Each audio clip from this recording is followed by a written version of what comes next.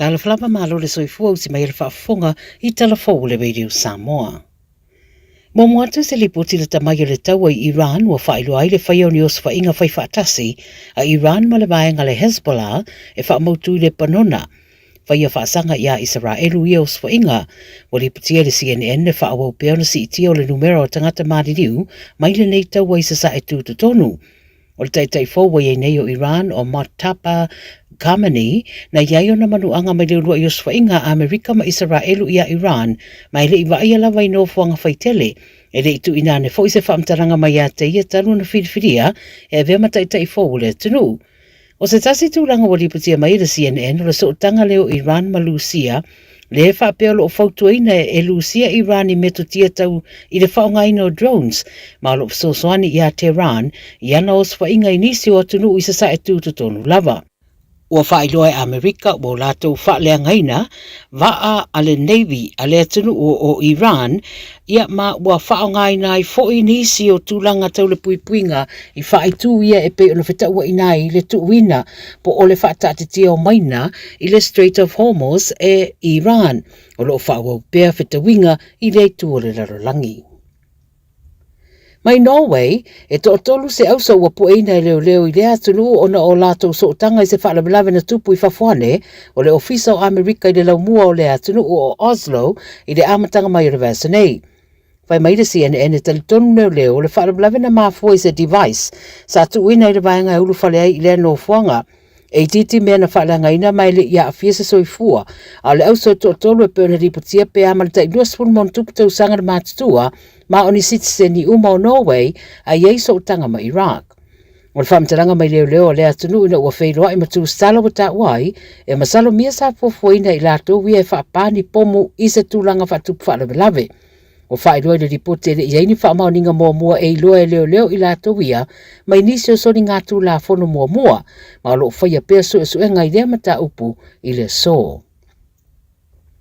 Ia o se tālia wa whaanga solo se suenga leo I melepone, I le itu I mātu I se sifo ono o se pepe whato a whanau na maua I tua whale o se ainga, I lea whaitu o le State of Victoria. Whai mai ripote le 9 News o se tasi o le tunu na ripotia le pepe le itu ane ro lato whale I Kilo Downs a le taina le balu le tau na leila. Longo I nai leo mataunu o nei ma le sosoani whaapavawe ma whaatino le lato ngā ruenga o le ave nātu le pepe ma le setama I tai mai se tuatu si la tā nei le whalama I mo le whai o tong fitinga. Wa whaeroa iai pēr uma I la ua iai le Western Health Sunshine Hospital ma lo manuia. Lo whaanga soro suenga leo mataro sanga ina ni se sira fia ni whamtananga I dea mata upu I a wheso ta iane I le Crime Stoppers. I New Zealand wa fola le palemia o le atunu Christopher Luxon o le aiasiasi I Samoa matonga I le whaaiunga le vasanei ma o le urua I whairoa inga fo I leo le aiaiaia mataitai fo o atunu e lua e peona ta ua.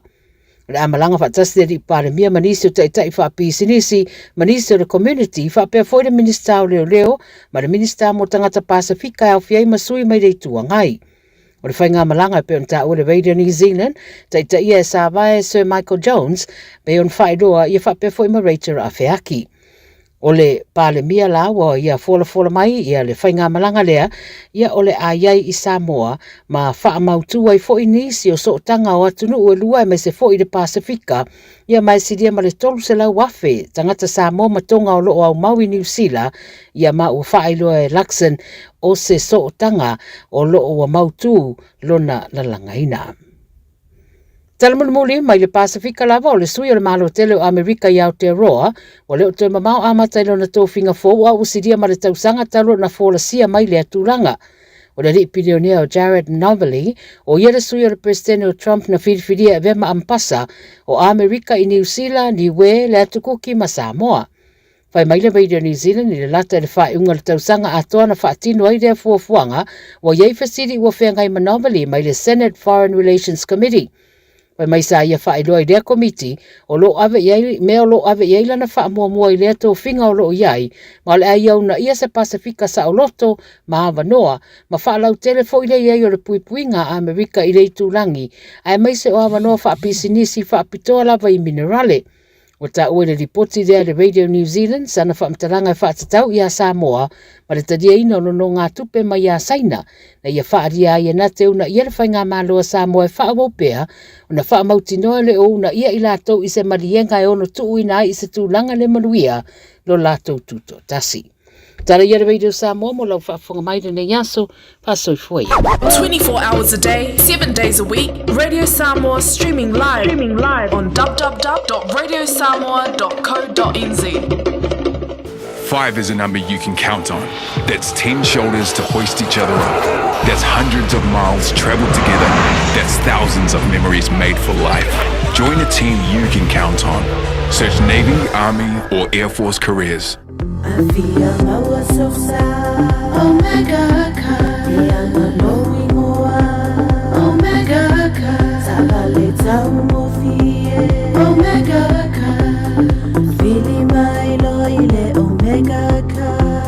Omega Cars, lua selau Cavendish Drive i Manukau. O le telefoni o iwa lua fitu 5 tasi lua.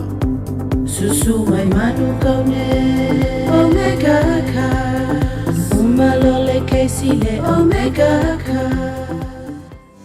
O le poro kalame o le Gagaifo Faiva malei a taua savea i lunga o le Radio Samoa ua mawhai o na awi nātu ona o le fesosori mai o le Pacific Specialist Healthcare ma le tongafitia o le ngase o le fatu ma le ngase o le kanesa i whale ma i e lua i Nandi Masuva i le atunu o fiti asiasiane i le upeka tawhailangi Pacific Specialist Healthcare psh.com.fj. O le poro kalame o le Gagaifo Faiva malei a taua savea i lunga o le Radio Samoa ua mawhai o na awi nātu ona o le fesosori mai o le Pacific Specialist Healthcare ma le tongafitia o le ngase o le fatu ma le ngase o le kanesa i whale ma i e lua i Nandi Masuva i le atunu o fiti asiasiane i le upeka tawhailangi Pacific Specialist Healthcare psh.com.fj.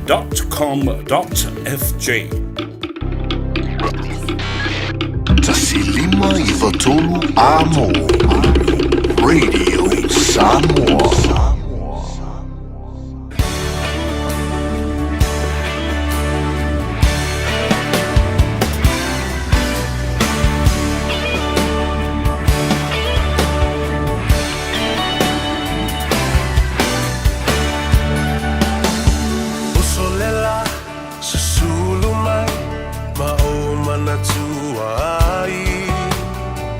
Samoa le nugu o te nofo ai pe wha pe whea na ngalo atu o i lewa ai Samoa o le penina o te fia i ai o solela susulu mai ma o mana tua ai la Samoa le nuku o te nofo ai e wha pe whea na ngalo atu o e lewa ai Samoa o le penina o te fia i ai hangi mai se matangi e momoli atu ai Samoa matalasi Angi mai se matangi e momoli atu ai Oku alofa ila Samoa matalasi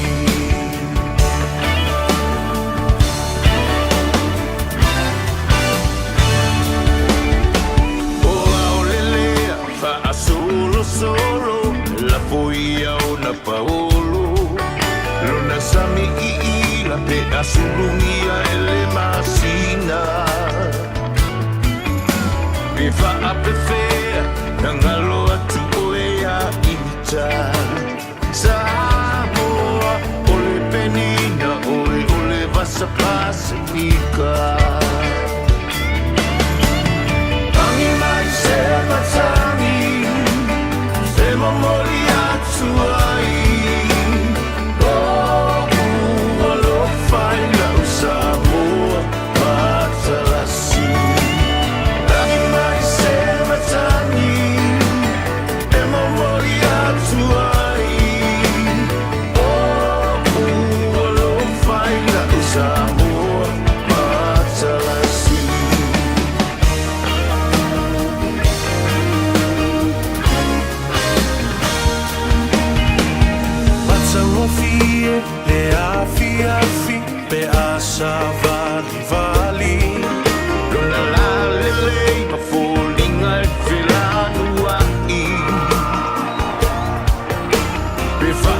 fea na ngalo atu olo wingoa Samoa ole penina oe ole masaroloa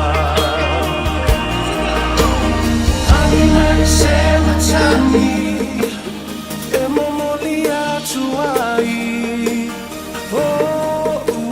alo fai la Samoa Matsalasi Angi mai se matani e momoli atu ai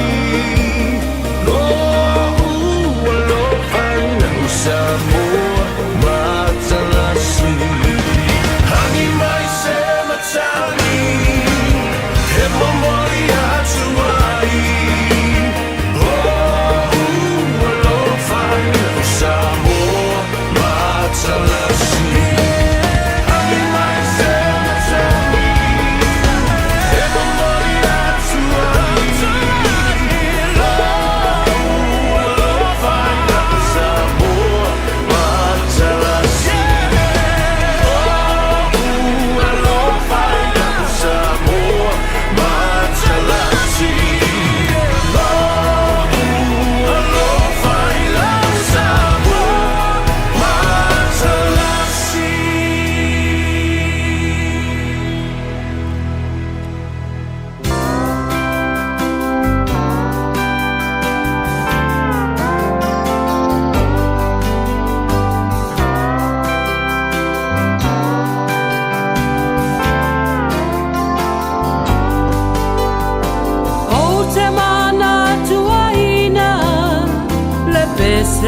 Na taina a o e o poina u i le siva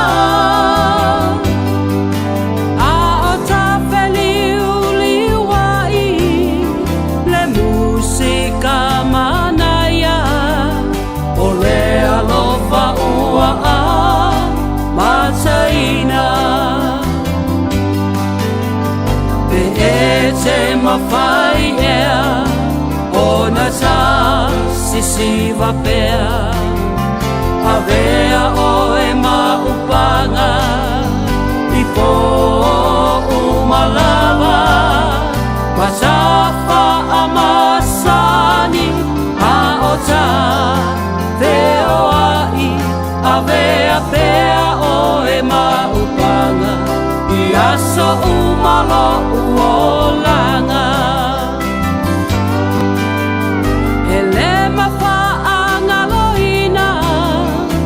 musika manaya a o ta ulima masisiva a o te patu ma o manatu natu e fia vea pea oe moa u mawhai ea ona ta sisiva pea a vea oe maupanga i po umalava Matafa a masani a o ta veo ai a vea pea oe maupanga i asa umalo uolanga I'll always remember the song they were playing the first time we danced, and I knew as we swayed to the music and held to each other, I fell in love with you. Could I have wished and for the rest of my life that you be my partner every night when we're together? It feels so right. Could I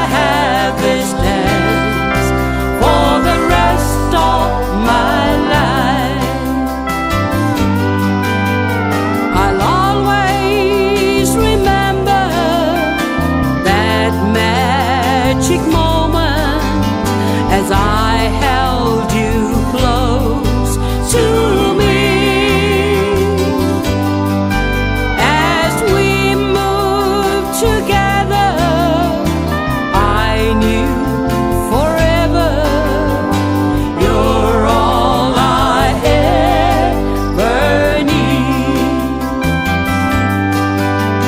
Be'etem afaya onata sisiva pea avea oe maupanga ipo umalava matafa amasani aota veo ai avea pea oe maupanga biaso umalo uolanga.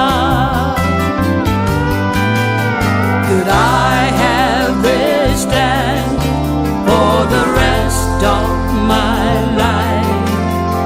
That you be my partner every night. When we're together, it feels so right. Could I have this dance for the rest of my life?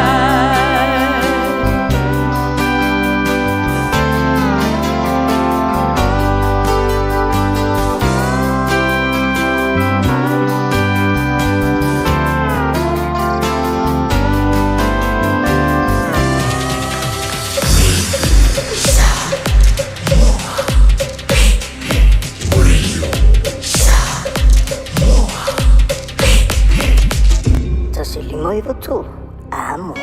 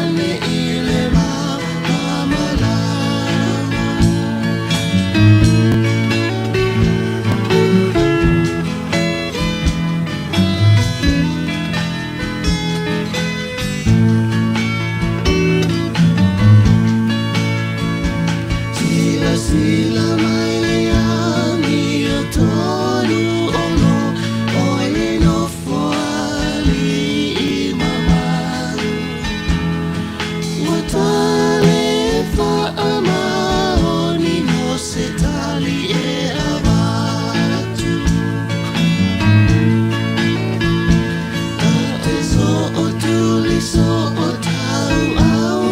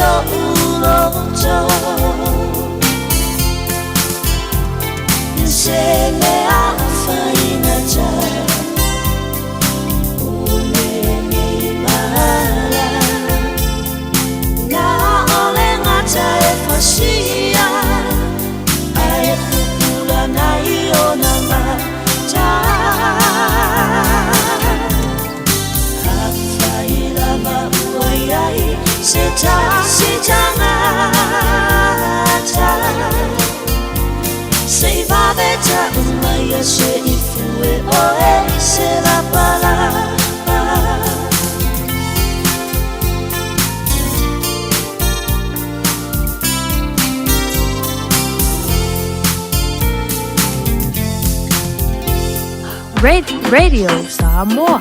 Taslima evacuation. Amo.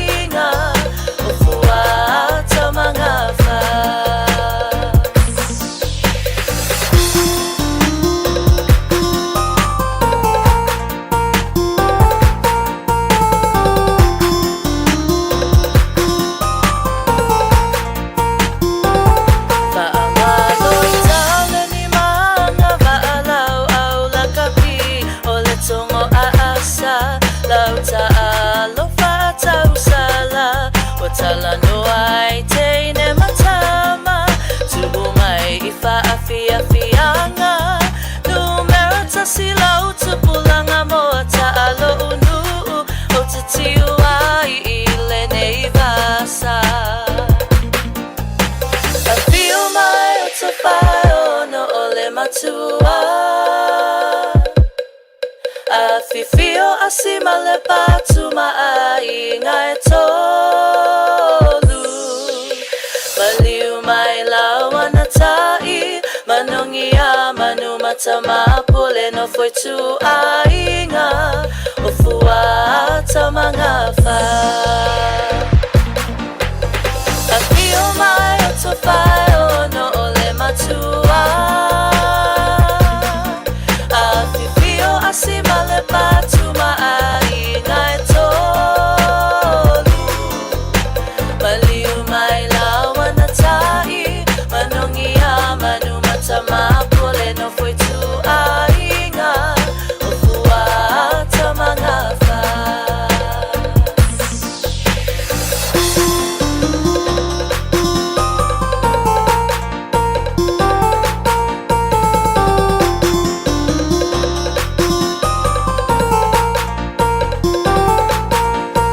Siringia fai po luas fu marua e taun o mololus fu maltasi a o alwatu forsanga al fonf trai taulona e tula I mai lunga a taimi ala tuar fisili ele mfenta tu to tua o le mata fai ina su fono tanga I pepa o le tu fatu le official fai lautusi ia mo to tanga ia fa solonga al tato ngaluenga fa malu ruatu sui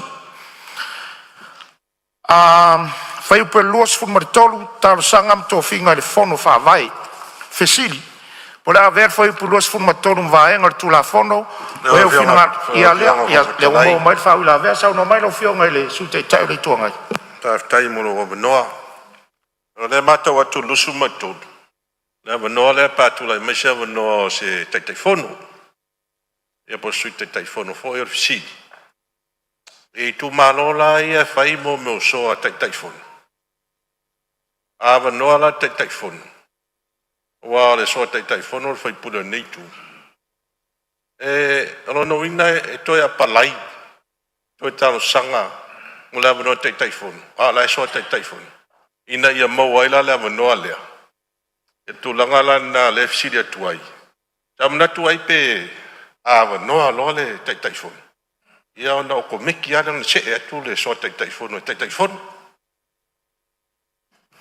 Mena ya ngai fa ngai imat pi fa ngofi fa mam lama tu na wa mam lama ma sit tu ma lo fonga min sta o lo it fa ilave dai na lave manino le a ta lo so tai fono o dai to lu a fa pe o e se me o tupu ile pe ona sa no ale na il totas ya na me fa yan ta o ave tuti ai ai le dalo le fono fa vai o ilano le cabinet ma steering committee e fa ya tu no fi feeling o fa mo le ana lava me fain tau ave suito tasina wa ya sei mai a no fufuanga fo e yo ta pena el capeneta mal steering committee mal fa lo si por no fa mon bon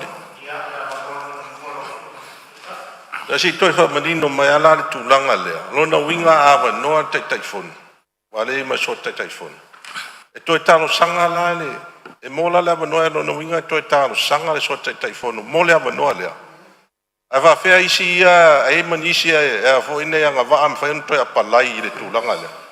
Pati ta inga ia isi fai pule ia elo ia I tonu I tai fono po so tai fono. Isi tu malo ia. E mo so la to avano. Ia malia la ofionga le minsta se tu atula vango ia fasal le ang tolo na e sa no fatasi mai le su fono e lu. Sono mai fasal le ang tolo. Tai la ofionga futa lai mo le no. O te tano atu au ia waranga e le to tele son nei tu o lo wa ia tonu le o no foale le soa te fono a tono I foi le e mana e upole fonga ni wa yaso o to fa fe tutu na e man to fa fe tala wa o me mo lo o sai ni mai tu sere fon fa vai soa te fono na mata mai am tan fa pena a so fai foi la o la ua ai o ma o mai tai earphone o fa aluan phone ma tu komiti ia e te me fa pe mai ai ia sunga le so telefone ia tai fio e sunga fai pule ia po fa ia ama tai fio e fa pe na na fe la fo e ma o file mu O tu fafta lai, o le fafta tantu tu mau. O le memo, i fia fani te fono to lua. Solo le le prokiki. E va penasu, pa wale mea lo fiunga le. Il mista. Na na vai foi lo fiunga. E me se to finga o council members. Pa wana mena ese o numbers. Ele o saula lo tu la fono. Ba na ele lo se full. Pe dal ta tonga terminei. Luas full sutasi de Faiva. Ya, lau mana ya terminei. Mo le anga eluma. Fea le tutusa menga. Ya. Na, paren de o ya, mal falo lo fiunga. Le tanu atu o practicality. O le mere tupu ma tu malo. Fair fun. Awan manu le tu malo fa Malo fa ya. O le tu lai mai sui o tu fanga ma. O le taimo mo sili le.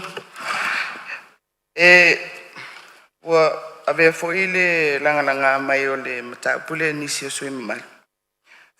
Awa afapea o le anga va autu le fasoro mai le filifilinga o sui o sa tau va i le fainga parota. I le melalia isi tu malo foi lea afapea o le ua o fa mavai se sui te fono ai mai sei tu malo ia soa te fono o lona winga ai mai sei tu malo pena o le to lua sui sa tau va fa fela na firi mai ia le tofinga le pa fa pe o le anga va autua o esa o le ile parota ia o te fa ia tu voi le fa pe o se sei tu malo fa to e ia pinem fa in fa ia o le fisili na a fa pe o le to ia va no loa le va senga ia anga va ona o le ini tangata e fa tu mo ai le va no le o fela o tu la fono le wa le ai tu tonu i o le anga va autu o na tau va i le fainga palot ia na se fisili mo le fionga le minsta Ya tu lai mai lo fiunga minsta dai lava te rona manino lava ina e mafai el capinetta ona tofia na ia ele malo si anga el capinetta tofia ise si sui e mafai no ngana lua tofinga ia mal fa lolo faftai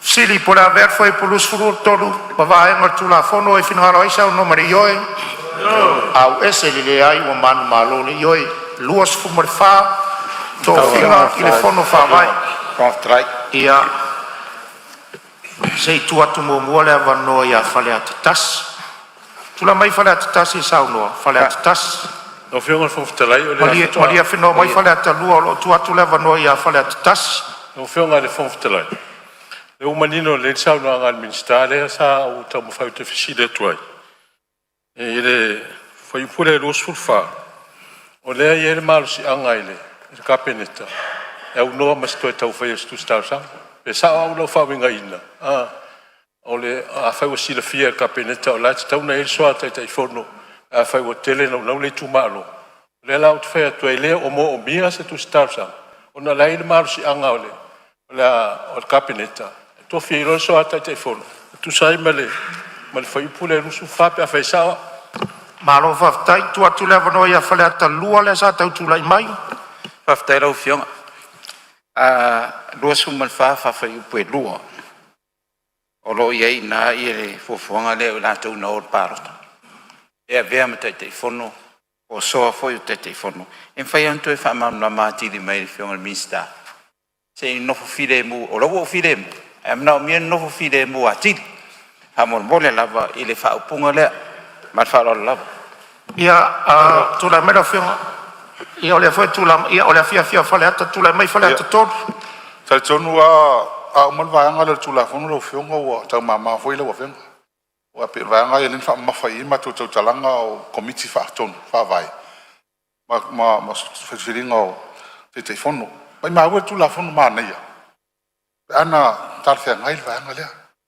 wa le wo mai ma na ia tu la fono ai o me lo i ia o te wa pe wa tangi ai ia o tau fai long tanga tal tu la fono mai ma wa wal ni ma tu atu mo tele ma tu sidi ma kwele ko ke fon ma ko kele sota te fon fo Mai mai we penga fa ngan va ngale tula va ngale lu fu fa tula fa. La yele. Tu ulo kapineta. Tu kapineta. Ya cha. Sili tofi manino il kapineta. Le interview mai tu. Intangata. Tu le malo si angai. Fifili ai. Ai me moni ai. Tu la fon umma e ta tu fai il palmeni ni. Into sano. Ava no tu sa tang umma. Tu sa tang umma. Wa fe wa no ia ma to finga ta tu ye ni. E umma. A tu la fon tu ma pia. Ya ma fa la. Tu na mero fe ngar minsta. Tai tari foi tau ia fale atatasi lua tot. Lawa matatula ia fale atatot. Ona le sa sa uno mai. Mana o miele tu sa tangata umma. Ai tu tana ina le process le sa fai. O le tu sa tangata umma. Ala na una fa fewa. O le fa pe mero so silia pe na tofisa o el kapeneta i tofinga ia. O le time nei. O le process na la ia. Pasa lau. Patino le susuenga foi pe o mele fa ele pen o foi le ona mauale interview ona mauale ona avele iluma steering committee ona pasile steering committee iluma o le kapeneta o ta yalana ai o le fa falling mai o le tam fai ko fa fe wa ile le process a to follow mai tu o le mena no fatino o le inclusive ele o fa pe o mato fai atu tofi e kapeneta ya tato fono fa vai po tai o fon fa vai. Ya, lau fionga, lau ava nolo na lua. Mun lava ka mani tonu wan mai ngale. A tonu se sauno. Ole winga fa matalanga ava no tusa. Tusa sa to, fai pule il fai pule. Se le tala no tu tu. A tofi dal mis kabinete fai pule. Pe tau mama ya cha. Elo le interview fai pule man malo. Ma tanga tali ma. Le se senga mawa le o. Yo ngal fo talai. Mawa le. Ya. Ai, pal mero na ia no toi. Olo tu la ia tu tai o malo. Se ta mai no fua pani. O tato upo tu di loai tato. Olo pula na la fona na fi. Ta alo oto. La fori oto. Puna le na la fola la pula na fi. O le fair play la. Fai le interview. Potato oile lunga kapinete famoni. Ale fo weto sa unor tayo. E tu e fai melia. Player, tu e la fori. O fe la sa alta tum tau. Ta tia la ia fa per mele o tato wa ngani ai. E pe ona mato fo yatu. O le nganga ato se tato fa minoi le tu la fo. Ona tato mal malam o to finga u malava langa le tu te ngani mai. Ona el fa manu alia o to le o verm te fono. Se to fa fonga sa no nga na mulo. Te le io la wa nga na sa wina. O fia to le melo saini. To sa pe mecha sainte chale. E tata I fono main. Ale saini le storu. Ele finka la se kupi. Is that right? To sa pe mecha sainte chale tangata lea. E ave tata I fono a. Ale saini le storu. Ele a to saini kala kupi an fonga vai. O le ala le mato pipi atu, le mea lava le avatu, o le whaasoa. O le whaasoa ina ia manino, mamana malapo, a po wheta te whetu nei. Langa leta te turi lava tau te whina ngaro lava, I le mea le whapea o le taitei whono sili, e ma taitei whono soa. Le whoina avatu le tūlanga le tau whamamla manga o le mea le entato vevesi ai foi. Mali lia sui, o le anganga o le puipuinga, wa o tangata tua ia pe fa le tonu le bloketi e tua le tangata le na ave fa tutuanga ai pe fa penatu mari ia tato fa solo e le se tu la fono fo eta mau e uma lava no teftu na me tau na ia aftai lo fonga ina sili ia wa mai au lo tai e mama fa ia sa no ngai tu mo e fa sa lo fonga o mai alo taimi le fa malu ba tu sui la ngale foi le ai la ngale foi fa mau le o fa le ngale fa mau le sa fa mau sa o la o ma sa ya ada fa sa mai alo taimi to fa manino to ala lo va no fa do le mon ta ku le fa mon le pe mo sa no ya ole winga o mele o te fa to o le malu si anga o tu la fono o le te ma o le ma to wa fono fa vai na o tai fono e le se so tai fono le la le no fa e tu il fa u pule au mai o la ile malo si anga il kapineta E mawhai loa lana, whai soa te whono le whai sa whai lo mai le palmia. Tā ua lo watu o. Ina ia whaatino le leile mea ina ia manuia. O le lau tala no atu le vaenga lea. E le tau whai eisa palai. Na ile malu si anga le kapeneta male. E whai unga. Ia, lau whionga le whangaftalai no na whamanino tūlanga lea. Samoa lau whionga tai malu. Tūlau lava le tā ua o le whai unga e whai le kapeneta. Ai whai lunga o whainga wha vai. O le mea e te tau o na whai. A pera le whatei tainga o le tena nau mai whamuina. Ia velo oe masui te fono. O le mele na. E soa i le pure leo te whai atu pea. E le te iano for kapeneta ma tofi atu se tangata sui te fono. Ai rei tala noa fono wha vai. Po lana ma fuanga tofi atu tangata le. Tala noa. Le au te whai atu. Tala noa. Awai le se me whengtar kapeneta na whai le sui te fono o tau pea ua maari lia i eile tu malo. Ma le tau fono wha vai. Ia mea le ute na whai ngā mea le mātou te whai atu. E ma whai. I lunga o lea ia inga. Ua maari lia le tu malo ma le fono wha vai. O lea whai sto finga fau tono o kokomiti. E ma wha loa. Whionga le li palmia. Tōma whawhitalai. Ia. O le whai upua le lus furu wha. Sam tau mwhalata. Upua le lus furu wha. E ele mana tu po le alava ma tō tala whai atu. Ele mwhentua sui atu la fono le ngaole. O le malo e ana tu la fono. Ai tā ua nei motunga awha ia watu. E whau e mo le ana in lumana. O le tala le sa u tala noa e tūlanga lea. Ona si sila le malo e mene upa Samoa. E au le tau ola, e au whangota. E au tau le so, a mātou tai au. E le whaia mo tau ina e whawau. E tau lana whaire tūla fono. Whai fua ele. Ele a ngai le lumanai. O ai pēa no tau sila fia. Lesi mata upu tele a le sa tūla i mai. A wha pēa na veo e mapare mia le tōru sifu tau sanga.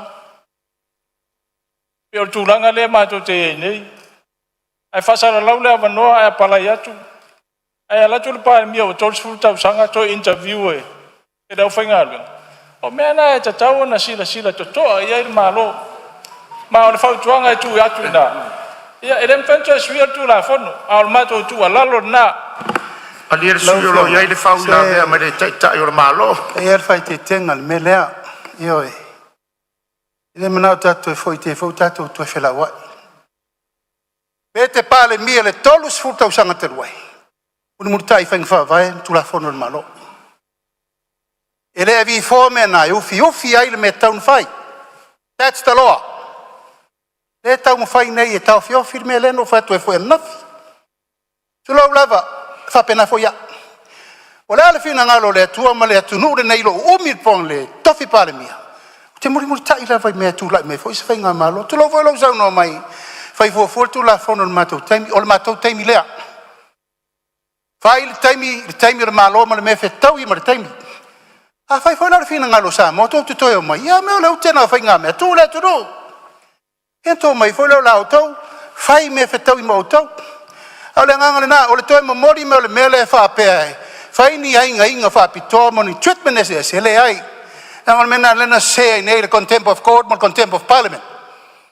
Ai sea, ua whai le whai ngā whapitoa. Hamani a crimen len tupo e nese seo whai unga. Ala lea, ma lea lau whionga le whomftalai.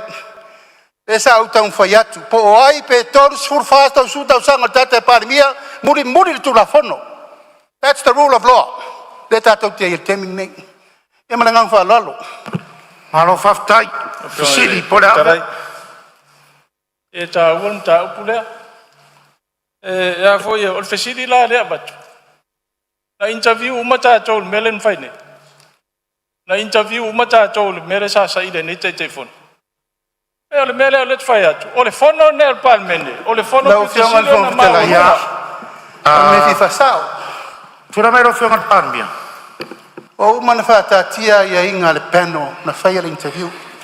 Alo o au lea ngai mai ai langa li whai sa interview. Langa le istangata na maa tau whawhatasi. Uni mi. Mana isi sui. Ela na level au mal komiti e tia. Yo la ula tu whona au tatanga ni na aveiton. O mana avela tu si alo ia. Lo tiu te lea, la mta whai oi lea lena whai. E peo le nganga lau whionga le whangwhtelai. Langa le turi a pū mai lava lo tō fia te whono. E iai le awala e whaia.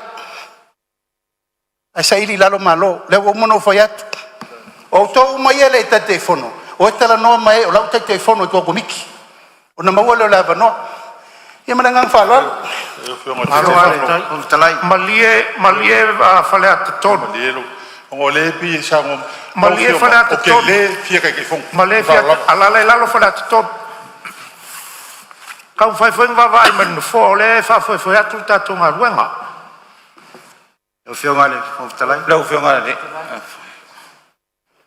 E leo se, o le whai atu awanoa tua wha atoto. E lea ma seisi o le nai tua leo tua, ele tai lua awanoa. E whai tau le pua ma la whamai whanga talai. E au tau mali e mai. Wa mai alo awanoa whale atu tonu. Au toi tu atu lo le awanoa. Wha tau tāla le wingo le mea na ala se e se mal tato tu la fontu mau. Mal tato ngaluenga le whasoa. Mal Yesu is fono leo wa ele hanga. Wa mala malama le wha mala mangal pali. Mia ma le whionga le minstai. O tu la fonu. Alela o mata watu ese se stulanga la o yer tato. O le atu watu awanoa tofu ma masuita. Malie su e tutula e mai se mai. Advasi sianga fontalai. Se o sori fono le mea na.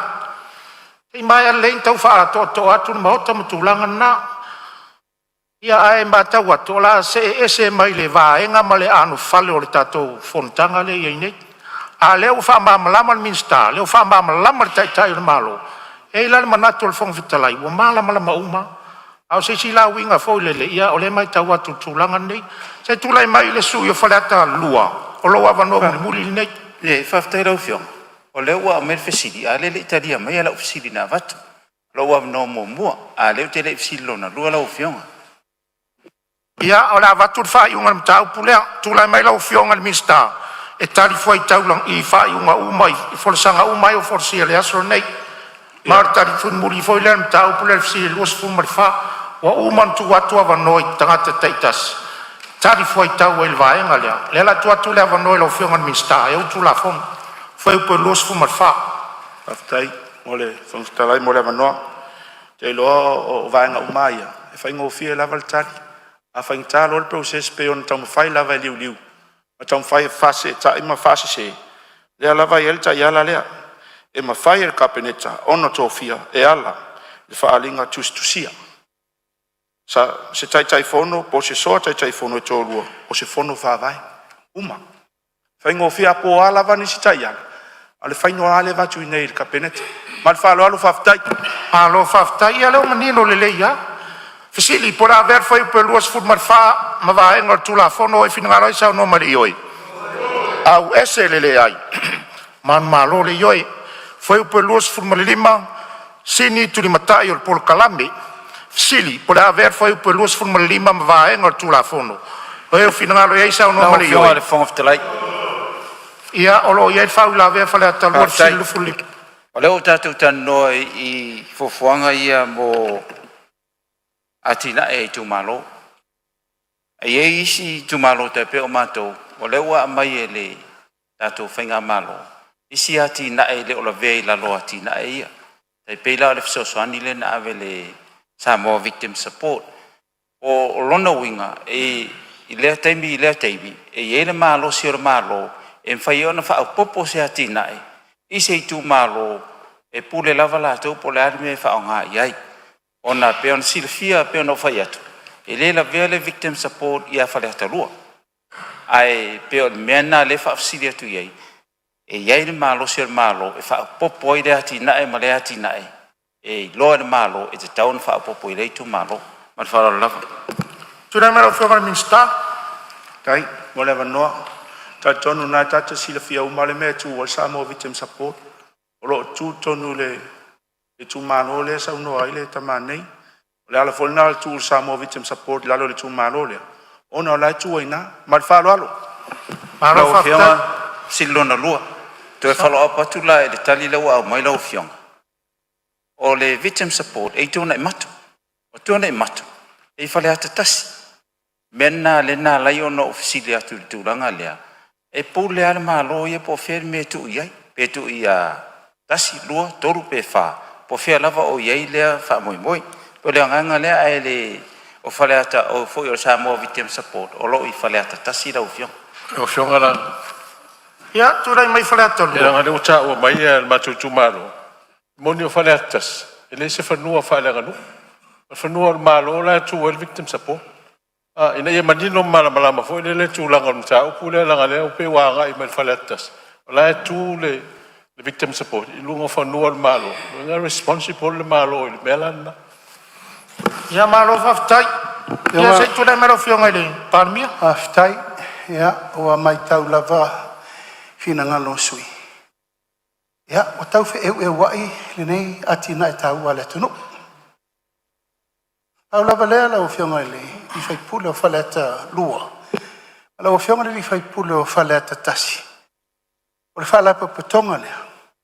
O se tasi o fala pa putonga sili o fa tau ele tunu. O le surfa inga o e pupunga tia. Ioi. O te le maua le leile mele fina ngalo ele fionga le fai pule ya le tinu. O le ale te leo le sosani le la ave I. Ale malo, o man fata tia le miliona tala ave o le Samoa victim support. Ele la se meto te popole ai fua. O le lalo o ai ingo tupe fa nganga. Ai le ta fia I foi de la toia. O le se ta fa malama. Po tu nai mato. E po ila I faleta tas. Ai o te lua tungal. O te manatu. I o lua tausi ava pe o fa I mal cabinet. Tausi to lua o lua Samoa victim support. Yo le nganga na. Ai pe o fa ya tu se ta te mata mo. Pa fa mo fonga mai ia le mapu sanga o e puponga tia. Uro tau fai te te eu mai reka ria. Kauma eu iko eu I. Ia mali ria ia. Moi fa wo pa ai po fe tonu te hotel mele. Ona manino le tau. A fai le mana o mai tu malo le. E na mai le lalo special protection el malo. Ia. Loa no fa lua le lo fionga le fontela. Ia fa le le o se tu fo le fa pe o te le victim support. O te lango iai. Al tau fa mani no ina fo le tu mai la lo le tu malo. O tasi le vaenga sa te le la o nanga e fe so ani ala tu o nga lua nga fa fa fa. E le la se nga fa pe o te tu atu ina e te le a mani no fo le. A fa so atu ele matu tu langa le tu malo. Ala fa fonga mai le tu malo. Ave ele so ani. Ni te o self ngalo le pa mi fa pe o te fai foi fa so atu I. Ale la vere ala en fainta.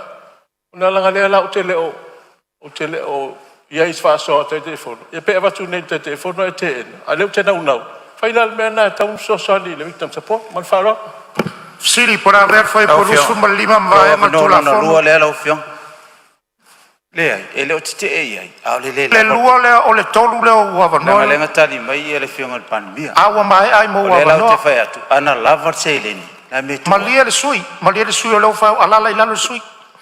Se ora ele se tem mo vone sui. Alo fa ma la matul malo. Lo ele miliono lo tu atu le victim support. Ia ona o le fina ngalo le malo lo pasir tala tu per na. Le foi la e foringa mai vaenga le te lu sauno mai ai. Po ai tonu o lua fe tu na ia le area le Samoa victim support. Ai va ma masinta ia la le lu atu sili le lusulim. Malia mal sue faleta. Mai alo lua le lua o avanoa mal fa lalo. Sili por haver foi plus fu mal lima vaenga tu la fondo. O eu finalo ai sa no mali yoi. Au esele ai o manu malo le yoi. Foi o pelus fu maleono. Tu si taiala por kalame mo le fanga yo inga. Fesili. Ia o leo tu lai marisu ia fale arupo. Sa no. Faftai lava mo lava no. E luani manatu mo le pa pito na fale le luono fa. I le ava noa nai tu uina I le pulenga. La tau te suia I le tusi taiala. Taua I al mea lea. Ai tu altus tu alalo. Pem fai na fa apopo iai. A suia lo ma wa talia se swinga. Ina wa uma ona so tai mai le committee fa foi. Aman mole tau e ao ona fa lau I loa. E ao ona fa manino le fa lau I loa I tangata I loa I wa iai ni swinga. Lona lua lau fionga I le aanga lavele luono tu ina te luono lua. Pakalafa lua lo iai se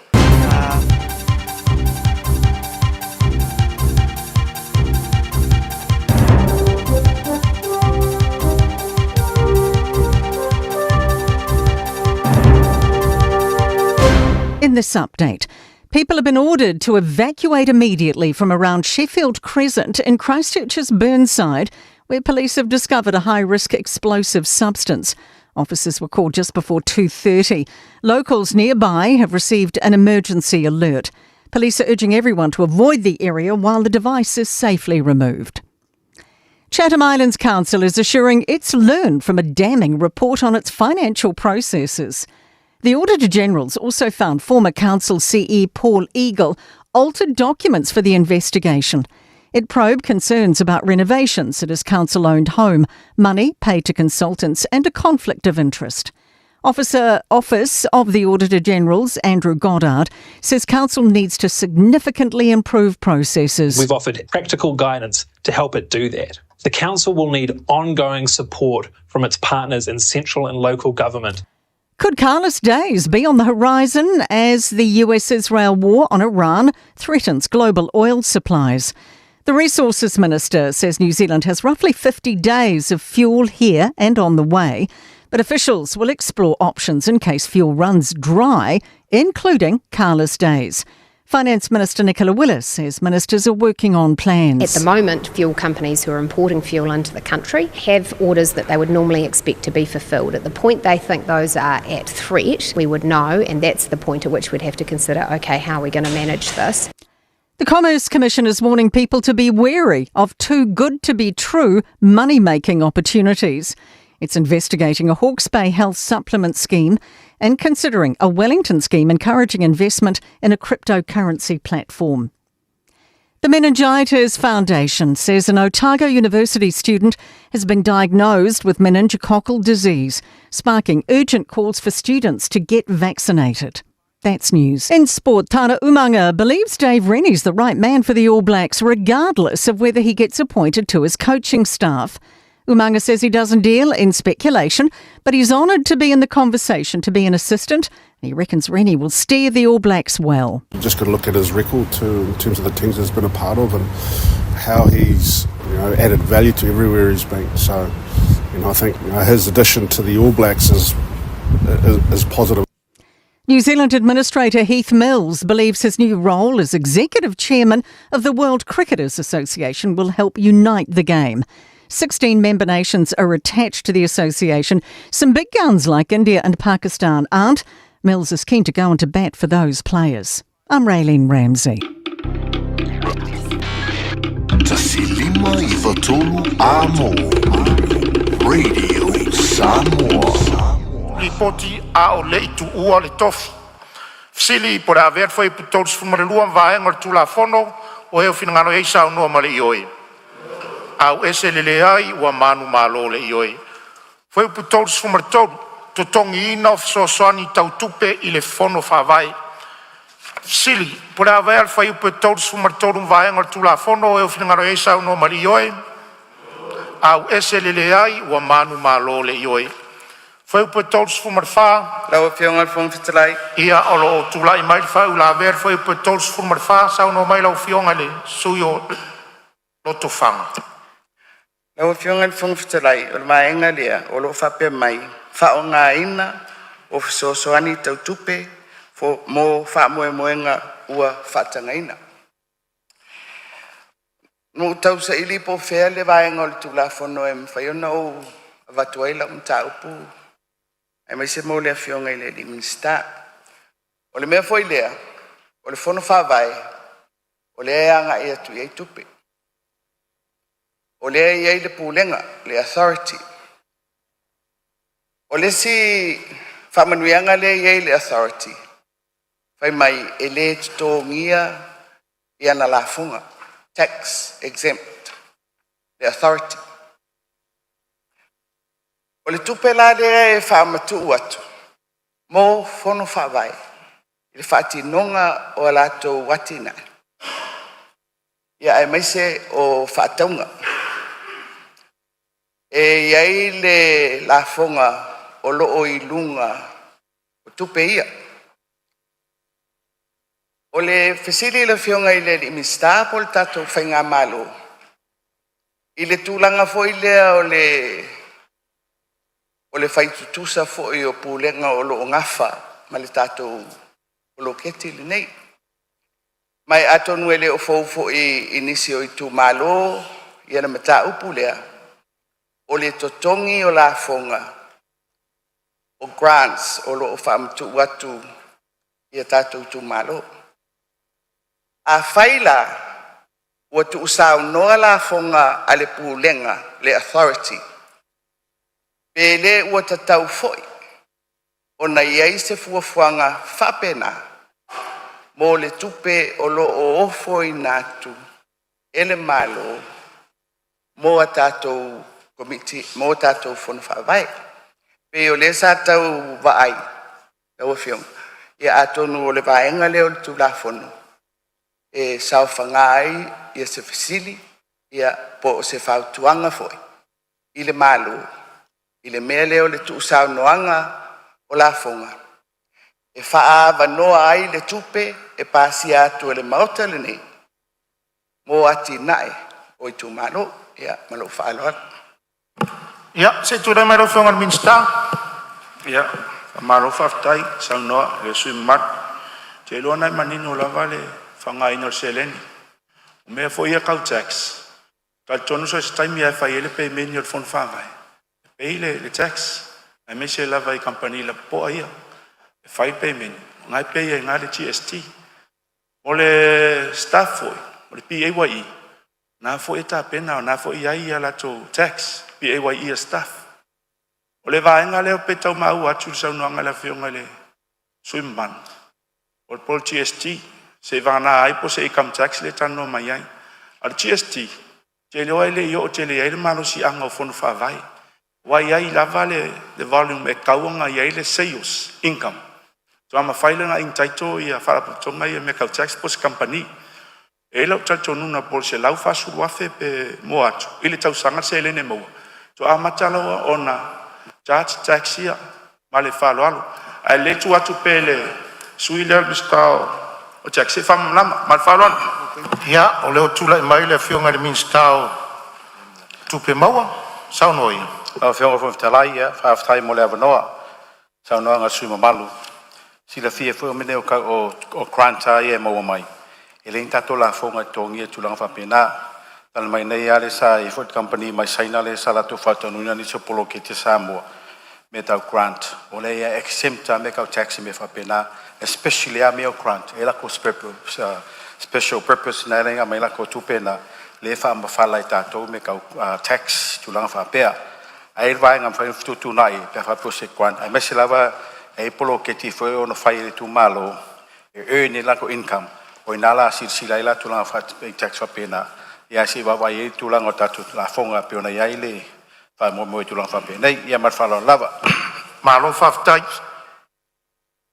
Amon mole no wavano whalua. Sao noa? O te whaftai te le ia whionga ia le minsta. O le saunangan minsta o tupe mulmuri nei, grant. Whapenal tupe lea. Tupe avatu fua ele malo, mo i tu malo. Tupe fo ia pasi atu le mautale nei. Ale tutongi ai ia la fonga. Ele o whapea atu la e se le tu la fono. Ai na o se manatu whatupu. Ai mai se. Ia tātou fono whawai. Awa o le sosoani lea tu sao. Ale tātou malo. Ia, mali whaaloa lap. Siri po le avea le vaenga tors fumar wha le vaenga tu la fono o eo whinangaro eisa no mari oi. Au ese le ai ua manu malo le ioi. Foi upa tors fumar lima. Tulanga e whaasa ai le whaonga ina o sosoani tau tupe. Sili, pora aver foi o todos forma le lima ma vai ngal tula fondo o finangalo ia isa no male ioe. Au ese le ai wa manu malo le ioe. Foi po todos forma le ono. E le ai ni tupe fa o popo ia o lo ia fa la ver fa le tasi tu lai mai. O la u mata wa tu le vai ngal tula fondo. E pe folinga mai o ia se me o tupua fa vai ngal tula fondo. O ale mele pole e pe o no afia i tu manganu wa me foi le pe foi le o se tu pe fa o Awa ye isi tulanga fo ma sen fai polo keti e faonga. Pe a lo tu tanga te seini le se tu pe polo keti la u fa fi ina lo na tu malo mo se me. Fai ana tango ave se tu pe matanga te official lo mali. Fa te se la to me ai tapi fo me ma la va le le atsa fo esa tanga te mo le mena tato. Ang tu ese tu pe lo to mali. Ai pe fo inga mai le o sai ti ai fo le ma ave ai ma se tu langa ya le fo tatu wanga po le ala fa sa onga pe limata la pe sfuta la au matua tapua ona fai se so swani fa pena ise tangata fo ilaya nga le mai se so swani sa fatino pe mfain fa ma mai lo fionga minsta tuna mero fionga minsta ya amalo fa tai atonu la vai molto si la fia tami o fanga wenga le mai lema a mai se to nation na se tangata ya tia pe a mai se tu pe vole ya tia fai sa lunch e ila le system e fa ngal vai limai ko alo e to e fai lo ton e register ile lima sfuta la le wa mai onala e uma lono o register ingale lima sfuta la le on fai lono fa ngai fai le lunch ala staff o tu mangai ele e fa pers corruption practice a tu anga le leina a tonu ndawa ngana le sa wai e tau lava ona e le tarian e tangata whainga rena se leni mai whonu whawai se tatanga ila mo tatu au whainga rena wa le to te mantua le e to e fo i mai li poti ton a to e fo i mai la tatu li poti ton ai fo i mai mas se leni fo le ave li poti a papea vatu rau li mafele te lola le fa maoni le whainga rena fa tino ino tu te whai ma tu tem Faiva wa to fela to a wale li ringo li poti pe ona le pe tau fa ata ile tu langa le ele te tau e fon fa vai ona ave se sele mo le fa ngaluenga a me se level pulenga lo fatino ina tu tem Faiva ole pulenga nei mar fa lo siri por haver foi putos fumoro no vai ngol tu la fono e fina ngaro isa no mari yoi au esele ai o manu malo le yoi foi putos fumarfitu vai taimi o fainga palota siri por haver foi putos fumarfitu vai ngor tu la fono e finangalo ai sau no mai le yoi au ese le ai o manu malo le yoi foi putos fumarvadu ele te tau i fono fa vai ona faia ni koni karate i vai taimi o fainga palota sili por haver va foi putos fumarvadu ma vai ngor tu la fono o e finangalo ai sau no mai le yoi au ese le ai o manu malo le yoi foi putos fumariva ele ai ni tupe tutongi so soani tau tupe ile vai taimi o fainga palota. Sili, por haver foi putos flumaiva ma vai ngor tu la fono o e finangalo ia isa no male yoi. Au ese le ai wa manu malo le yoi. Foi upe fast food. So nga tu la fono ia o lo tu la mai fa la ve fa le tasi sa no mai. Lo fionga fungtela. Ta sanga tu minister. Pe ma fai levan tau fa manino la ititi mai le vai ngale fast food. Langa o leo te wawa etu. E au whaisi, te motoa ma whal whasalanga e le iti fol fitu tau saho. A pe mwhai le tau wha manino la iti mai le winga o le vaenga le o le tūlafono. Ina e manino ai. I le tūlanga o le whasalanga le o tu i e tu samba le whaiupule e fast food. Tuna mera o whionga minsta. Whaftai mo le apnoa. E o tal tonu e so se whasalanga la vai fua e luna le ta upu sa fatino ina pe ona sau noa le na lava tu mai na le fit tau sanga ate lo fu fuanga uma e fai mai el fam sinonga wa e avel ta upu fam sinonga ona tali mai le e le mafai ona pe o se tai ala na ta tie na fit tau sanga ina po na tal no ma sele ni la po ai a fa pe mai ai fo sfuta lana yo te lo ate la tu fa pe te alu tu so fa sanga voi ka la pisil market na to saula ia wole to mo so ngot fa ngal ai mal fa lo siri por haver foi por fast food vai ngor tu la fono o eu finangalo e sa no mare yoi au ese le ai o manu malo le yoi foi por fast food martas soringa tu la fono mo fa nga ina fa sori tu la fono siri por haver foi por fast food martas ma vai ngor tu la fono o eu finangalo e sa no mare yoi au ese le ai o manu malo le yoi foi por fast food mare lua sori ngā tū la fono le whaia o koni karate i le vai taimi o whai ngā palota. Sili, por haver foi upu fast food ma le lua ma vai ngor tū la fono o eo fina ngaro iai sa uno mari oe. au ese lele ai ua manu malo le ioi. Fai upe fast fu mo le tolu, sori ngā tulafono mo le fai au tupe tutongi i le vai taimi o fai ngā palota. Sili pore a ver fai upe fast fu mo le tolu, ma vaenga le tulafono, o eo finangalo iai sao no ma le ioi, au ese lele ai ua manu malo le ioi. Fai upe fast fu mo le fa, sori ngā tulafono o le le ausia, o le tūlanga mana o mia mo le whaeloa ina o whamatalanga ua tāro sanga ina e le pūlenga. Sili, pore a ver fai upe fast fu ma le whama vaenga le tulafono o eo finangalo iai sau no ma le ioi. Au ese lele ai ua manu malo le ioi. Fai upe fast fu ma le lima. Leo fionga le, foftelai. Ia olo iai whau la vea, whale atatasi sau no mai. Tailo ia ola umatau atu pe mwhae na fsioson mai lo fionga le minister. Mene fai upule fast food lima. E iei se mafo anga o toi tu ua il fai upule fast food lima a le toi tu mai e tonu. O le fai upe fast food whaatasi whaalua whato. Wala no fsili atu. Ono le manino mai i atu langa o ni whaasalanga i fai upu ia. A o mai lola ni fast food lima. Is fodinga mas fai upu o whaalua in whaasala stangata. Awa ele ngata ina aventa ngata el falpui pui. Ale pe mana o mia ina ia toi fai espolo inga whamasinonga. E toi te tongi me se tupe sa whaonga. Pe ilai fodinga mai o lua whaasalanga o tangata. O le falpui pui. Te sau te tongi me tupe na whaonga. Ture mera whiunga minister? Ia, whaftai, tal tonu lava leo toi tali lava ele. Te mali le la na tali. So se vaenga lava am whai ana tōni al tupe. E mwhai ana ele tuli lau whasalanga. Aua mama. Ai le whape mwhai na tōni tupe. Nai nofo le wai sao. Le ai, ai soli lo tu la fon. That's mean we soli tu la fon. Atana ie, nai soli mal tu la fon o tasi tau tasi tau fa. Na lava maninu. Ia pero le sao no. Ato tōni tupe. Ele taulanga loka. Pe no fai atu, ai soli lo tu la fon, lo no wina o soli tu la fon. Pe to toni voltu, paua o ma mal fasala. Mal fa lo faftai. No fa lo fionga. O nai o mata fa pe ave famsino. O le ala va tele o tupe e fasala e famsino. A fai lo fa pui. O tele lo la pe fa fento e mo mal tupe.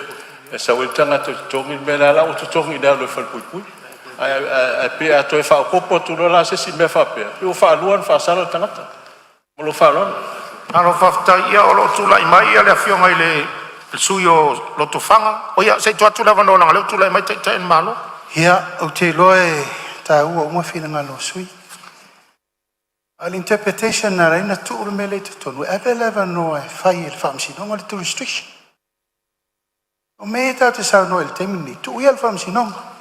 Fu al famsi non al fa fal pui mal ko con il coupe mal le fa fal pui mal che le fa salang ai ata tau na yeni tap tau lava na yeni me atangi ai a sorry lor tu lafon pe ko kongi pere kongia e fai le un al famsi non o to so sonia tu na la fo il famsi non ai fai la tau le fa winga inol mele o tato fai atwai malo fa ftai lo fionga le palmia sili pole aver foi pu fast fu lima va en tu la fono e finangalo ai sa no mari yoi au ese le ai o manu malo le ioi. Fai upu fast fu maleono, fao ngai no tu la fono, sori tu la fono, ia ono iai fao la vea, sei tu lai mua mai le sui o le tofanga, fa mon mole molu tai mua fai upu lea. Artai tele le o fionga il fungftelai. O le vaenga le fast fu luonu, o ro fape mai, fao ngai no tu la fono, o soli tu la fono lua fes fu tolu, i sui awai, tangata o fisa, ma mea tō tino, ale fono whawai. Au fionga le fongfitalai. O i foiolo mai tau inai le ese sengo le vaenga le tū la fono. I pūlenga i e whaawasenga mai le tato tū la fono. I lalo o le pūlenga o le authority, le tū i le malu. E alu alua i e wasenga o le pūlenga. O le authority, o le board, o le steering committee, o le CEO, ma le aufengaduenga. O na whaapelea, e pui ia mai, tangata uma ia, ini whaasalanga, o ni mea ua whaale tonu, o le upule whapirtania, o le immunities, pea whaapea, o lato ngai o inga sa whai, ma se fuafuanga le rei, good faith. Ai peita, ua mai tauina, e rei ni puipuinga whapena mō le pūlenga o tangata o lo ilalo o le whonu whawai. Ai le whai mai e le tū la whono lea, o tangata umaia, ua whaapei o se tangata whai ngā luenga a le mālo Samoa. O le whai tau ngā atua lea, le ai ese le vainga o le tū la whono. I matawhai oi, e o lava i puipuinga o pūlenga ese ia. Puipui le vainga le ilunga i le mālo. Ai le ise puipuinga na whaasalanga ai e whaasolo mai mō whono whawai.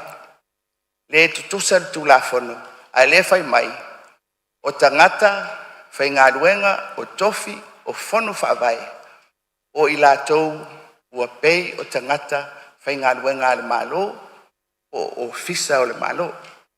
O le winga o le manatu, lau o fionga i le whongwhitalai. E fionga fo i le minista ma le tāpenanga o le tātou tū la whono. Te i whai sila ane i le nai tū. O ai le tamaisi, o ai le tamaisi. Ioe, e tosu.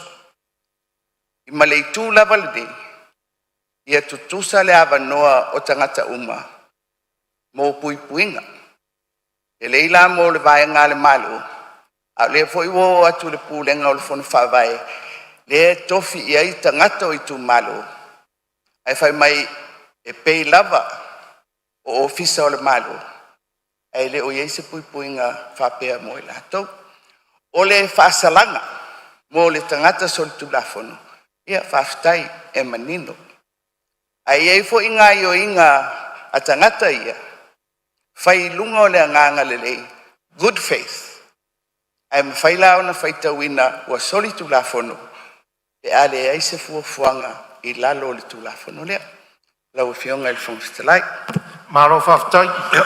Ia. Ko sa no temi o le fionga.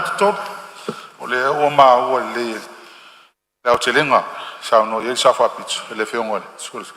Ai langa le sa fasili tonu wan da pule le fionga la matanga e fa manino mai. O tangata whai ngā luenga ia le i tonu fon fa vai. Tangata whai ngā luenga fon fa vai. O tangata whai ngā luenga le malo o le farti. Ia la o mai i vai ngā tonu lea o le o sau.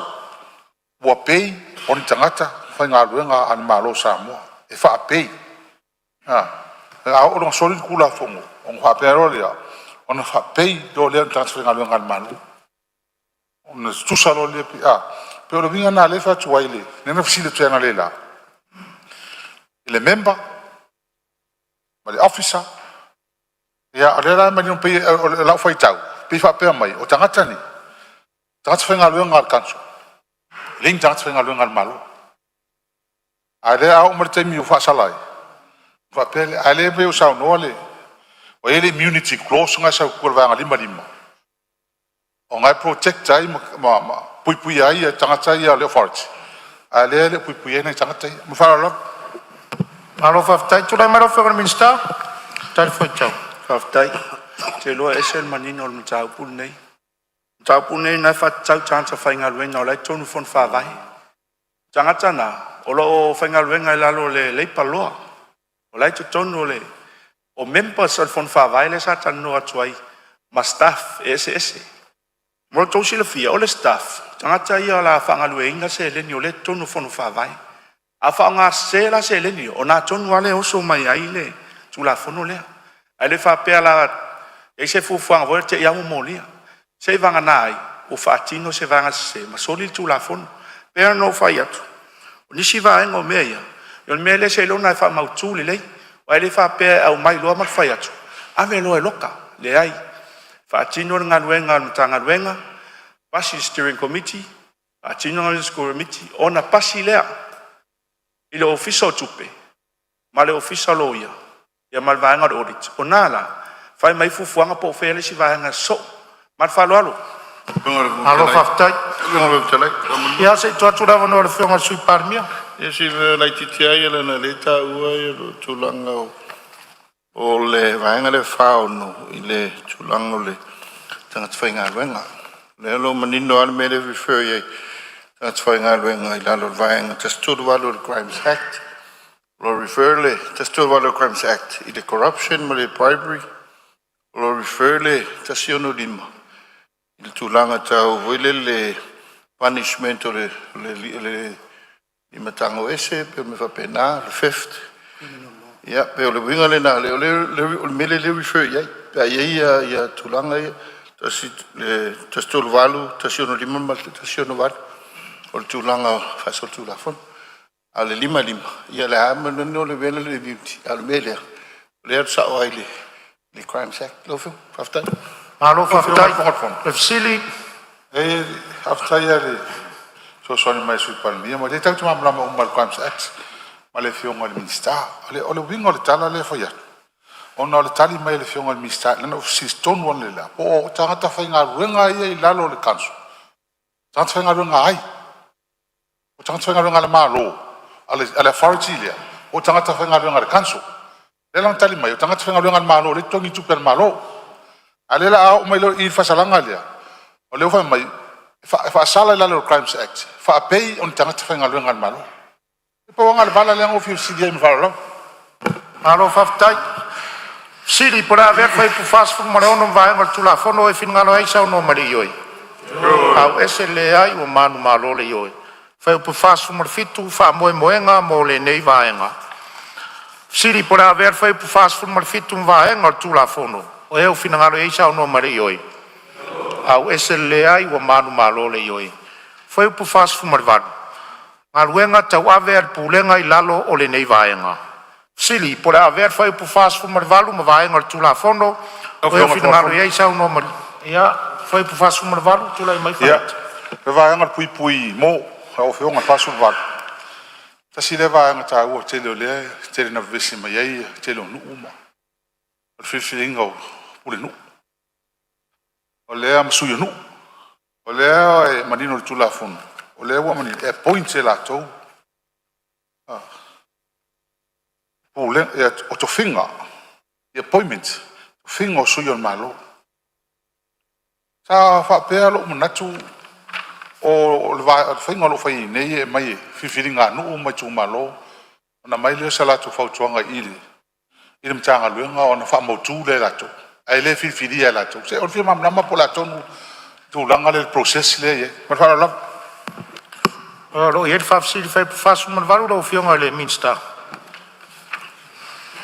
o le ala vai manino tu la fon talu ano fa ngal wenga tele fa to fia ase to fi pule no po se to fi su ta mai ta ya mai la vai tu no ola to fi ba o me o fa manino fa ma fa ta yal pere solia tu la fon o ye tu la fon e foi ta yala o le aveo o ema pule no ma su ta mai ta ai do fa peo tofia na tofi mai tuenu e mai la fa mau nia ya ka fa peo o la usa mai o na fa tainga ele ma fa un tofia se pulen sa fa sala I tono no I se masina po se tau sanga fo o ni si fa tainga o le lenga lu fa tasi matangata la utele o le no yo pero me voleo la tu fa sangi tu si fa pe mai pulen je le sainia ona o le pulen no ma su mai ta o tangata I o le malo e fai masui I tono no ai fa malulu atu e lo tofia ya uia tofinga ia man falor kai la vela fionga lo no lua ia aftai e mana ia tali al mista pa tali mai e tali mai maria lo taroto e o mele tu le tu ya lo fio o mele tu no tu la fono o mele tu la fono e a point ai fa aftai sa o tu langa le tau na yai o le veta tu te lo o le ala e tu langa le e no ia tele tau fa yatu e ia fio anga ia vesi temine ele o talia ina e tomtanga lu ia fina ngalo li fai pule e pa una vala le tala no atoi fala lo sili por haver foi faz fumar vai vai ia se tu lai mai fala lupo su fala lupo tau umaro fama mo ya o twailo o tuilunga moni lo fionga dai ole lalo I fa le fa valu en na hoe meile recommendation evidence sta mo fees le rent le tu ina tu le e sui o malo o mole se me so wa te inga lo fionga minister o atu inga fees le cover I le fai atu au nanga sui o numa sui o malo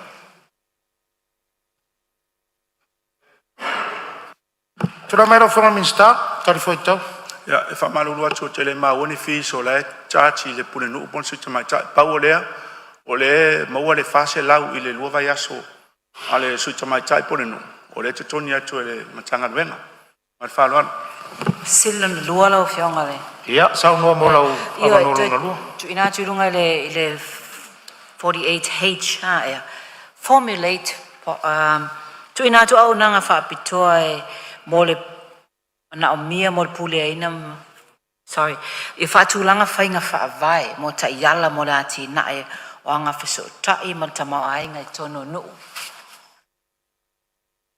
o le fili o ai fa vai e la so sone toile authority pa pea a o me mo I lava e au mai lava ia plans mai no te tasi if awala mai suyo no la tole manao isi me fa le lei ai la to social and economic development ele o sauna e amata lia e amata me mai suyo no Tura mero fionga minister na o sauna sa o lava me town fai e au mai tu e no ia la to vai ngai no mai lo fa malo sia tonu le tu la fono le e ona fai atu le wa mai la ro governance la lo I o fa malo sia tilia le fainga no o a me se lava tu la fono ia fa malusia e a mai tu ai faingano e a mai tono mtanga ne stala le aula le time 2.5 fita au di foile o tu la fono mai e tu fisilingi e tai le office of function la le o se malusia o le fa mtala ona na te lo na si fia le e le fiona le famsino sai mo ai o tu langa la le stala mai tono le fa salanga mani si fuanga wa monta pena ina no mal fa lo Siri por haver foi pro fast food marvalo marvaenga tu la fono e finga raisa no mari oi. A wese le ai o manu malore oi. Foi pro fast food mariva committee fa pulenga. Ia o lo ia fa ula vea fale atasi sa no mai mortai mo. Tau sanga tu I no fionga fonftalai me se social minister. E me fai ona fa manino le maile. Foi pro fast food va re pu tolu pu a ne o lo manino e fa pe o tai fono komiti fa pulenga taitas e ao ona ve masui us fono o le parliament em faina tau fa manino mai le tau tonga o le vaenga le tu la fono le fast food pu a ia fa fonga lo fionga bin sta tu sal fa sili fa ula vea tu na mesa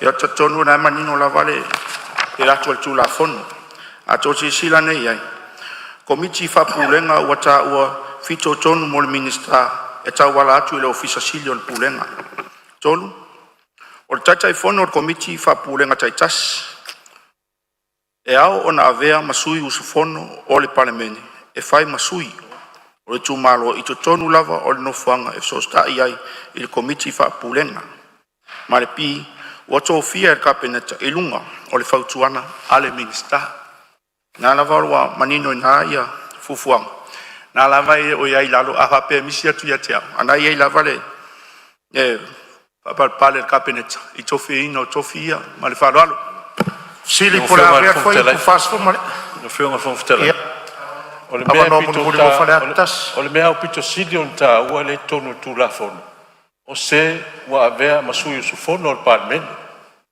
o le mea na o la fa tu la fono mai le la no faciliat nanga le tu tonu tu la fono a fai la tu tonu tu la fono e le fa ongai o la la ta ol men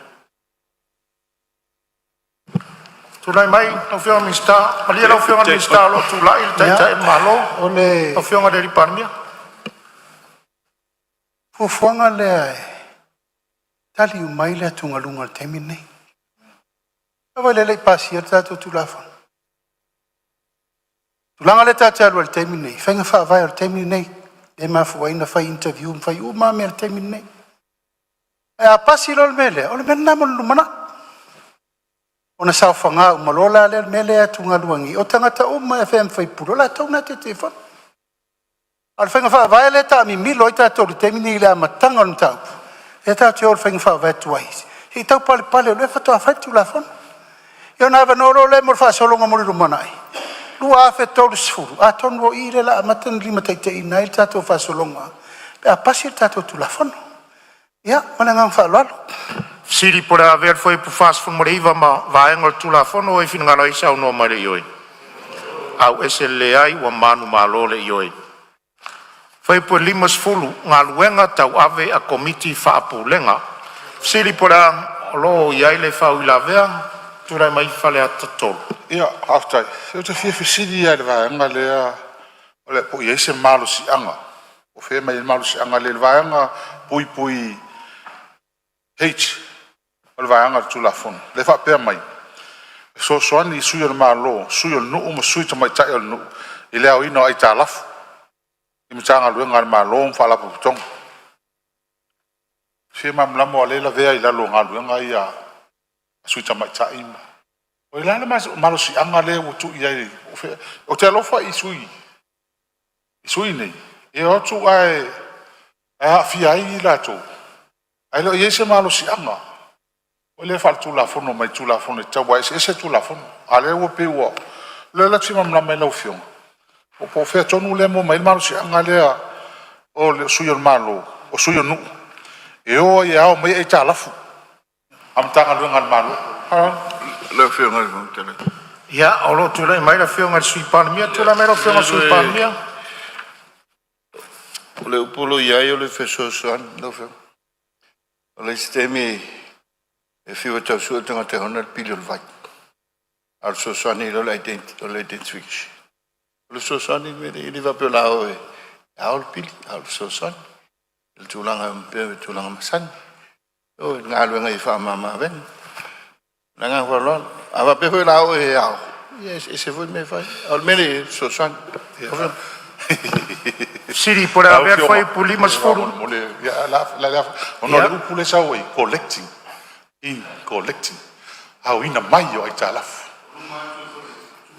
Tu sa no mai fio mai lei. O luma tu le to assist sur le malo, sur no, in collecting debts of the government departments. Ja, to assist the government. Of that tan mino mai. Ja, sei on sa leo te mata watuele o mana malama. Ma fu anga wa sui ai fenga vai. E leto e o mai pule no uma suitina i le mtanga luenga. Ina ngalo tato fenga vai le. E o mai uma pule no uma suitina e o ilalo le fono vai. Suinga te lena le tato ia. Ai sa.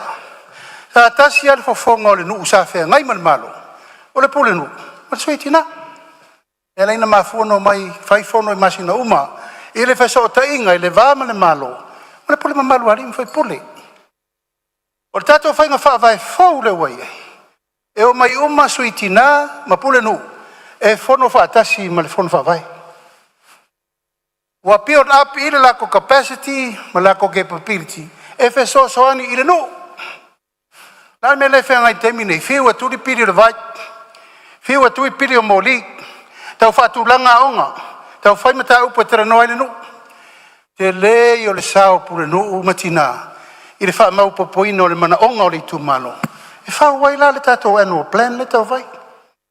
That is part of their responsibility. O le tala noi tulanga masani, o a tulanga masani. Asonga fua uma, fai le asol puno. Fai a tato asiasi ngā maumanga. Fai uma me masani, ai ele tua. Pau ale se senga le wai ai. Wa mai umara la to mai e fe so ani le fono fa vai la to tongi al malo la to ne pito sili na te le la to longi ne le to longi le fono fa vai fa se la tala do va so va se la tala masina e pe le nganga na te tau nang o le mai tau at pe le o mala malama le lei le ta ua o le mai o pule nu ma suitina i to tonu fo io le pule no tato fa mo le fono fa vai le si me te fi vai at pe Mele sa ta pisa I komiti o aonga. Ua tele mano noa I mea fau ua whaia komiti o aonga ele tala whea ngai ma aonga tamaiti. Ta ofi ai fua so ngā whai o la whaunga maisi mau mea e lei whatonu ina atu ele malo. Tai minane nei, wa mai le komiti o aonga tu I tono fono vavai. Tasi al kontrole la tuai. Na le o whai a aonga ma le pule a aonga ma le te fono.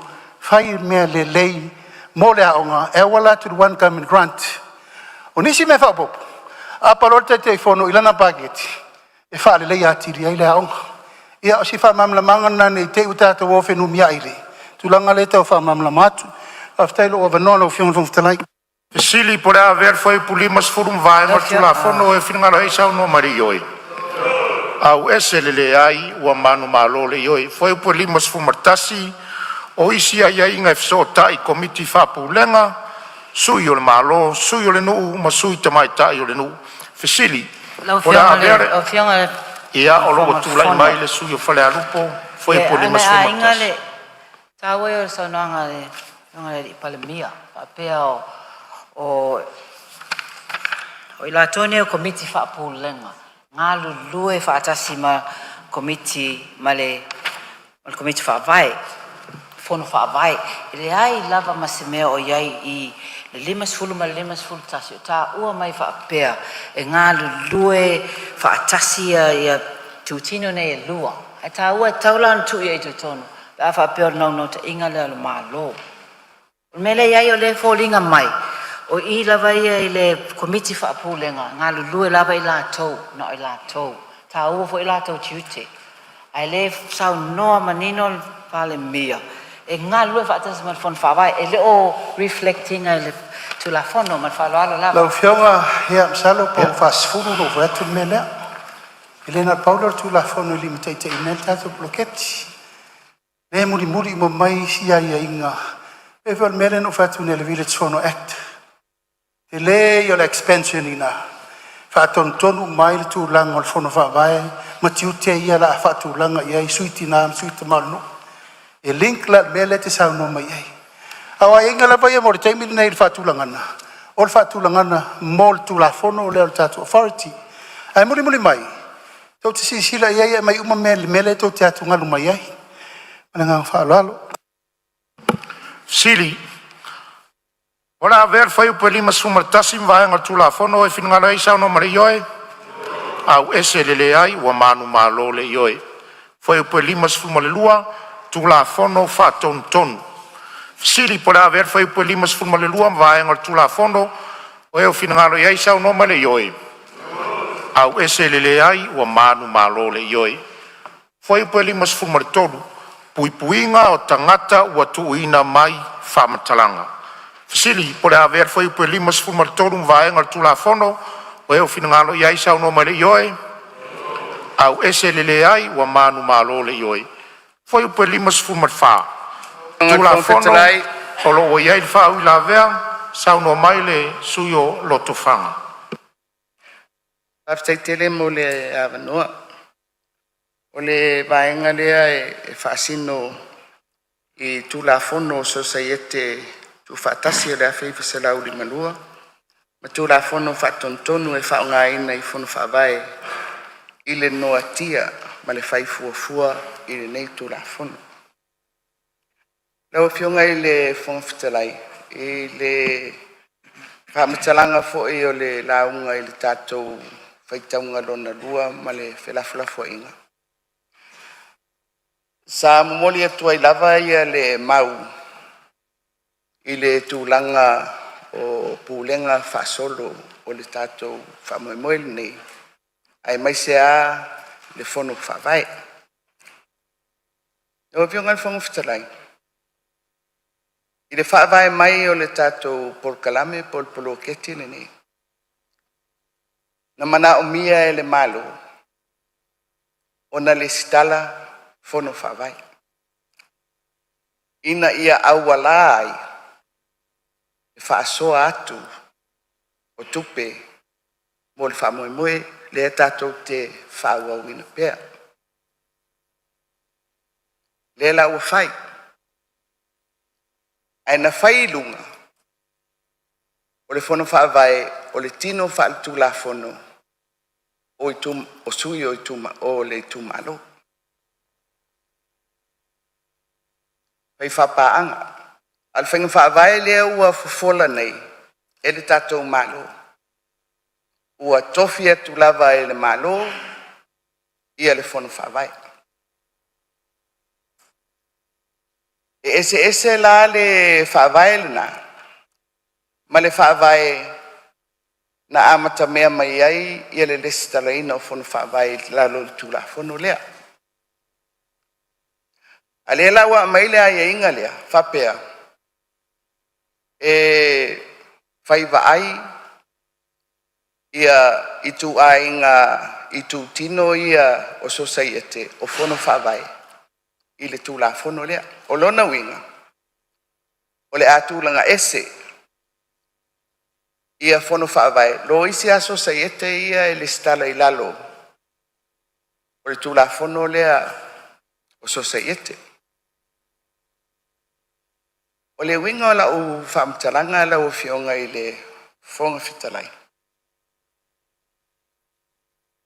I le tula fono aia, le fuina langa atu i le amata mai o le tatou tula fono lea. E na alfa pe mai o fono whaavai o latou tiute ma mtawhai o ia. E le eise aia inga whali tula fono. O loo ia i whapea ua whaavai ina whali tula fono. Ni fono whaavai. Le sao no mai le li palmi o lai tāpena mai le si tula fono. Al tula fono alea. Lea au ala atu ai ia tatou tupe. O la u whaitau atu la i le mea lea. Lea foi o le a whaatulanga ese. Fono whaavai mai isi society desalaina whaatula fono. O le apu lea mai e le tatou malo. O te le mai loa la o le pe lava le malosi o le tula fono lea. E vae ai le malosi anga whaal tula fono o se society ua le salina. Ma ua tūlanga ese ai foi la mai isi uma lava society. Tau a beina o le maulea. Tutusa tangata i luma o le tula fono. O na iei leo le mawhauwhaunga. O le ale mea la tātou a apatua i fua i le tula fono lea. Ai le whaavai alo ia loa ia le fono whaavai. It's tonu o le tula fono lea. O na 4 miliona tāla le la alua i. Ai le ei sona whaavai wha tula fono iai. I le tino o le tātou tula fono. Ai peita. E le eisona whaavai whaatula fono. Ai o mai i le vaenga lea. Le pui lalo o society le stalaina. A le ua lote whai mai e o atu i ai. Le malosi o le malo. Ma o le maua lea. A whaapea o le whainga whaavai a le tātou malo.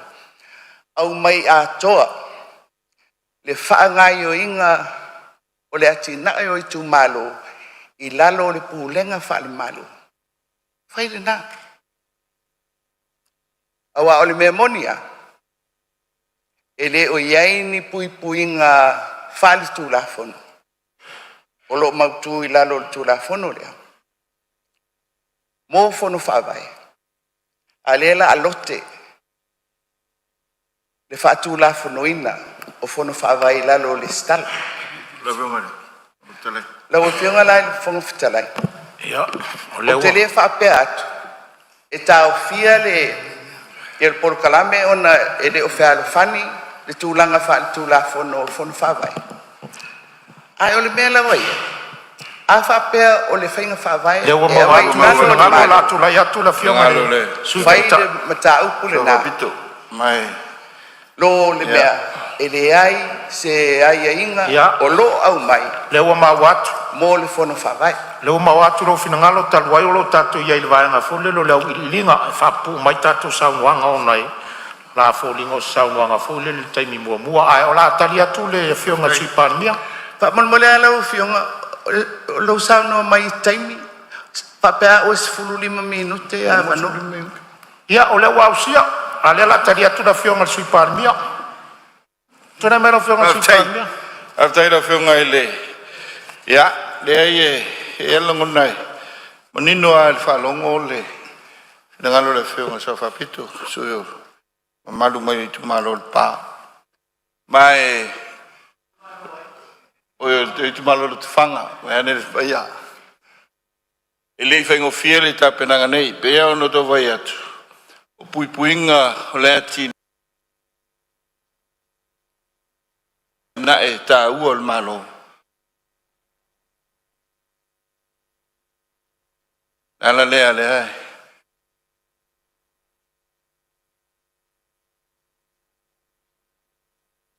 anga ye fatu O le poro kalame o le Gagaifo Faiva malei a taua savea I lunga o le Radio Samoa ua mawhai o na awi nātu ona o le fesosori mai o le Pacific Specialist Healthcare ma le tongafitia o le ngase o le fatu ma le ngase o le kanesa I fale ma I lua I Nandi Masuva I le atunu o fiti asiasiane I le upega tawhailangi Pacific Specialist Healthcare psh.com.fj Tulanga sa te oto ile paingataluai a totally private entity. Nganga lena le awa le butati tonui le ava no fai swinga tal fengai ai an pui tatu puluketi e tai pe on sa no le fio lo tape na mai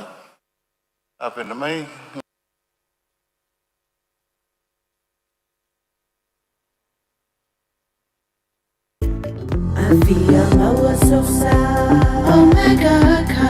Yama lowi moa. Omega ka.